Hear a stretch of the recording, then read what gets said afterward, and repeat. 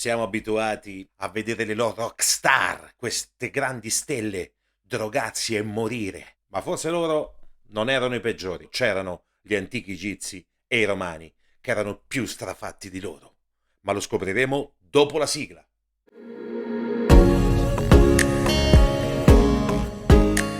Perché in fondo le rockstar magari sì, si saranno anche un po' drogate, ma gli antichi romani e gli egiziani erano anche peggio, ma ce li hanno fatti studiare a scuola. E allora iscriviamoci al canale, mi autoiscrivo anch'io e partiamo con gli antichi romani. Allora, gli antichi romani, che erano personcine a modo, diciamo, ok? Utilizzavano come droga un allucinogeno molto importante, il giusquiamo nero, che era proprio la loro droga preferita, signori. Quindi andiamo a capire da dove è venuta fuori questa ricerca.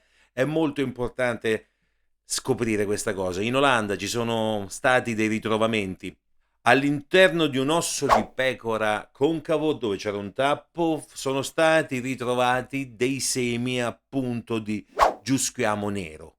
Ma cos'è questa roba? Di che si tratta? Di che si tratta? Il giusquiamo nero, detto anche re Yoshamus niger come generico antidolorifico, oppure per aiutare gravidanze difficili, oppure anche come analgesico, ma sapevano che con una dose massiccia di questo allucinogeno si poteva veramente volare. L'alienazione della mente era garantita fino ad arrivare alla follia. E non lo dico io, ma lo dice lui, Plinio il Vecchio. Infatti nella sua Naturalis Historia consigliava ai dottori di evitarne la prescrizione. Vedete, qualcuno già l'aveva capito, il signor Plinio il Vecchio, che poi da quello che ho capito tutto sto vecchio manco era perché ci stava con la testa. Lui già diceva che signori fate attenzione a sta roba perché sai è un po' allucinogeno, poi già c'erano tanti problemi, ecco, e quindi ecco, bravo Plinio il Vecchio, ci sei piaciuto. Ma passiamo agli egiziani, un popolo molto conosciuto da tutti noi, un popolo che abbiamo studiato forzosamente a scuola, perché loro costruivano piramidi, scrivevano i geroglifici, loro tessevano rapporti commerciali con gli antichi romani e con l'Asia minore, facevano un sacco di cose e si strafacevano come pochi. Ma andiamo a vedere di cosa si tratta. Alcuni pensavano che gli antichi egizi già collaborassero nell'antichità con le civiltà precolombiane e determinati prodotti che non sarebbero tanto legali oggi arrivassero già all'epoca delle antiche Americhe, ma questo non era vero. Le analisi descritte da Svetlana Balabanova riguardano 9 mummie egizie risalenti a un periodo di tempo compreso fra il 1070 a.C. ed il 395 d.C.